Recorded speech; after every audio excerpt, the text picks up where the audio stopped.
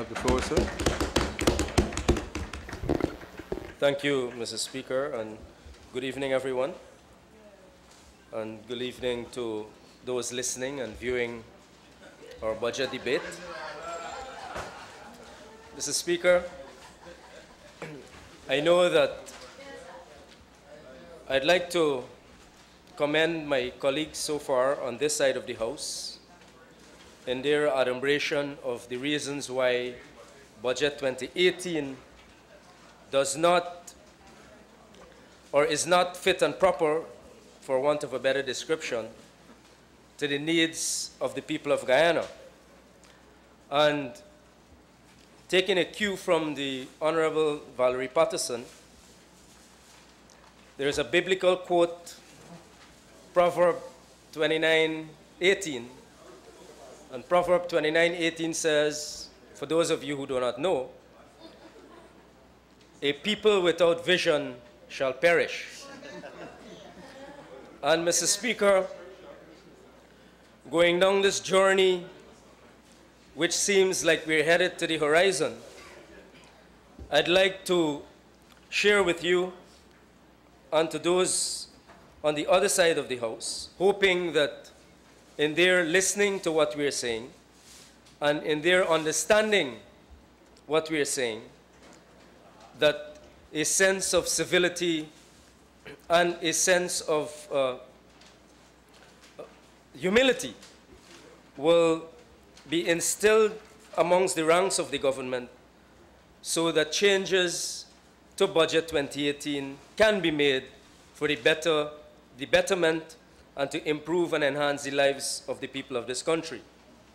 Since the installation into office of the coalition regime, Mr. Speaker, and I don't know, based on what I've been reading in the newspapers, whether the coalition is still the coalition, we've had 4 budgets presented to this nation, totaling almost $1 trillion. But having invested so much money, what does the coalition, quote-unquote coalition, has to say or has to show for $1 trillion investment? Mr. Speaker, I have, and I will just outline them, and I can provide examples of 12 different areas that this government has to show for its $1 trillion investment. One, I feel that there is still and there is rampant state corruption. I think that there is sectoral mismanagement, particularly economic mismanagement. I feel that there is unrestrained crime, and may I add, perceived criminal conduct in the high offices of our country, perpetuated by high officials on the people of Guyana. I feel that there is vindictiveness towards those who refuse to subject themselves to the dictatorial tendencies of the regime and the high command of the regime. I feel that there is unrepentant discrimination. I feel that there is massive unemployment and underemployment in our country, that there is continuous downward growth, that we have an overtaxed population, that we have a government that is disregardful of people, especially poor people, working people, hinterland people, and young people of this country, that there is gross incompetence in the actions of the government in their management of the economy. And Mr. Speaker, those are only the tip of the iceberg. And you may want to join with me in adding that there is duplicity promulgated by the regime towards constitutional respect and implementation, towards constitutional... Honourable Member, the word duplicity I will not permit. Okay, sir. Thank you. Mr. It's Speaker, not a word that we should use here. So please withdraw that word and find another word in this place or proceed without it. Mr. Speaker, I withdraw the word. And I'd like to, again, Mr. Speaker, state that it is my belief that the regime is not forthcoming in its actions towards constitutional respect and implementation, towards constitutional reform, and overall good governance, especially through transparency and accountability of its actions. As a matter of fact, Mr. Speaker, I feel that the government operates in deep secrecy, and I would want to describe this as a very indecorous behavior, especially where it concerns the multi-billion-dollar oil and, in some cases, drugs and public infrastructure contracts where they are concerned. The budget, therefore, Mr. Speaker, I had hoped would have at least spoken to these 12 issues which I've outlined at the very least. And as I'm on this issue of deep secrecy in the government, I'd like to share with you, Mr. Speaker, or bring to your attention, that there is a payment made to the former chairman of the Interim Management Committee of the town of Linden of $4.4 million upon a request of the Honorable Minister Bulkan, Minister of Communities, to the Cabinet on the 13th of November of this year, and approved for Mr. Orrin Gordon, who was the former chairman of the IMC of Linden, to be paid $4.4 million. Mr. Chairman. I remember, Mr. Dharamlall, you've had your strike. We will not call names of persons. You know that, then please, do not let me correct you. I remember, please listen to me. You know that. I'm not to correct you on that. Please proceed. Mr. Speaker, unfortunately, the government continues to pay scant regard for the issues germane to good governance and to enhancing the lives of poor and vulnerable people. On the issue of their poor record of governance, I wish to substantiate this by the following information. In Budget 2017 speech and in 2018, the expected real growth in 2017 was projected at 4.4%. At the end of the year, that figure, the actual figure, was 2.6% growth. That is at the end of 2016. That is a 40% decline in our economy, Mr. Speaker. In 2017, we don't have the end of year figure as yet, but the projection has moved from an earlier 3.8 at the start of the year to 2.9, a 23.6% decline, or 40 decline in our economy. This year, Mr. Speaker, for 2018, the real growth is set at 3.8%. But, Mr. Speaker, I'd like to give you some further information. In the Auditor General's report of 2016, of the $931 million withdrawn from the contingencies fund, $696.3 million were withdrawn without due regard to the FMAA. In 2016, there was massive shortfalls in the capital expenditure of, and I'll give you some ministries: finance, 12%, agriculture, 23%, business, 28%, public health, 25%, and no wonder we don't have facilities in our interior. Region 10, 19%, the Ministry of Public Infrastructure, 26%, education, 22%, communities, 35%, Ministry of Public Security, 31%. Mr. Speaker, for the projections for 2017, this is what we have. January to June, the Ministry of the Presidency expended 32% of its capital expenditure.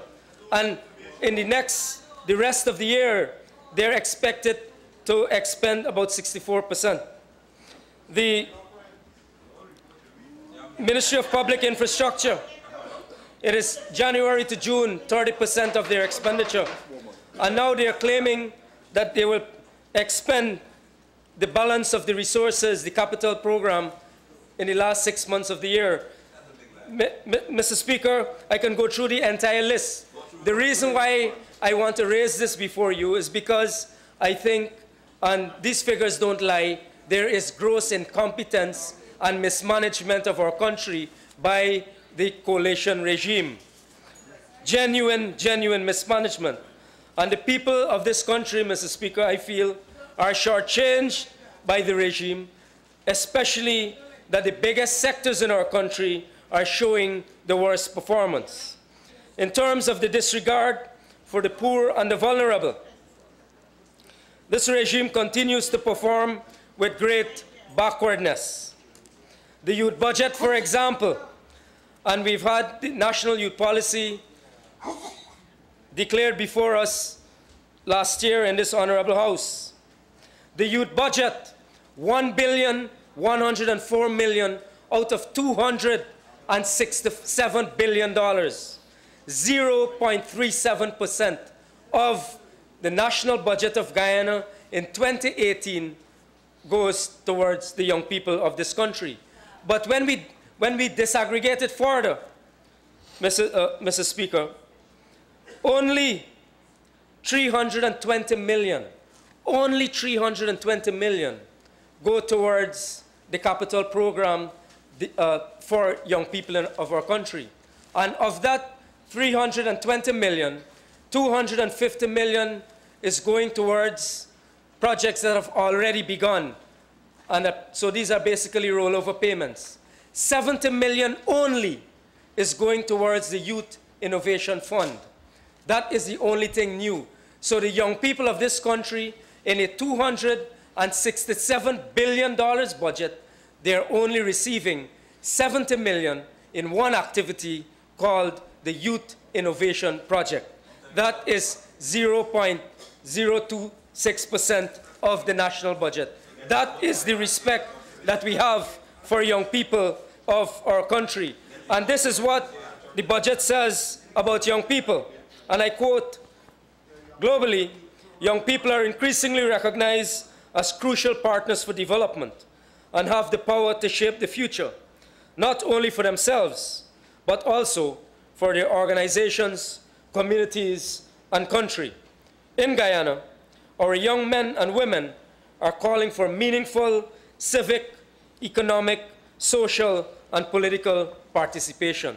Mr. Speaker, I do not think, and I don't think any of the 60+% of the young people of this country believe anything that this government says, that it is promoting and enhancing the development of our young people. On the issue, again, on poor and vulnerable people, Mr. Speaker, we have thousands, more than 5,700 sugar workers who are without jobs and who will be without jobs by the end of this year. Christmas is bleak for thousands of people. 5,700 sugar workers. When you multiply that by the households that they support, we're speaking in excess of 30,000 people who are facing dire consequences this Christmas and moving forward. Thousands upon thousands of people. But this budget, Mr. Speaker, and speaks nothing about the upliftment of the families of sugar workers. I was just reading the news that the European Union, with Gaisuco, is now funding a transition study, when in fact thousands of people have already been, their lives have been destroyed. Now the government is working on a study to, sorry?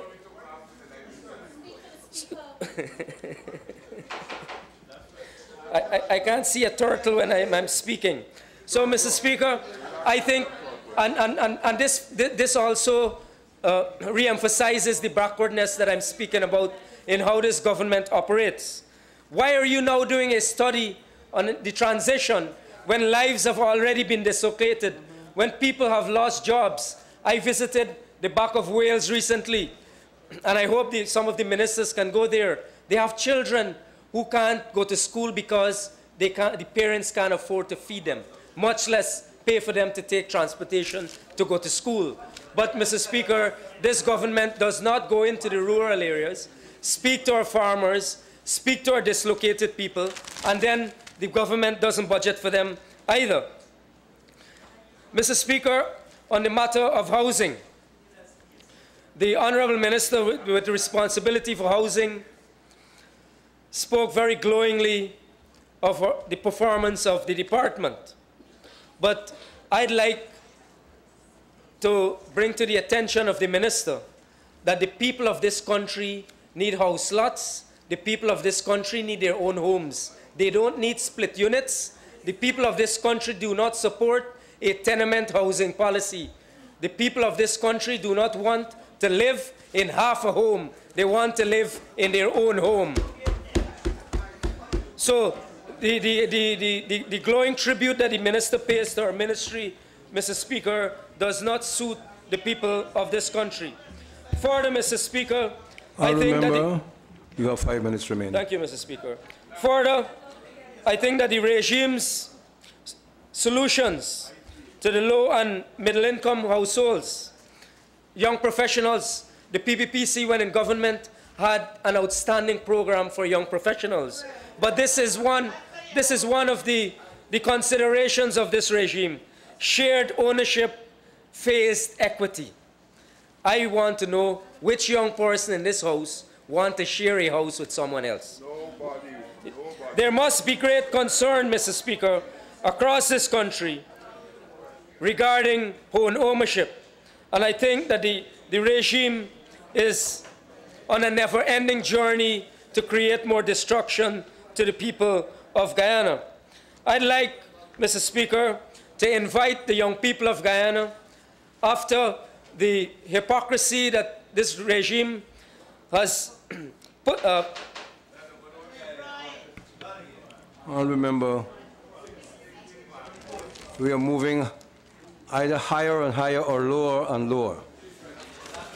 We have a regime, we have hypocrisy, we have duplicity, all coming from one speaker. The speaker can do better, and he will do better, so please. Mr. Speaker, I feel that, and I would like to encourage the young people of this country, having recognized what this government is doing towards their interests, to come out in their numbers at the next elections, whether they are held in 2020 or whether they are held before 2020, and vote for the People's Progressive Party Civic and vote for a future to own their own home. Thank you very much.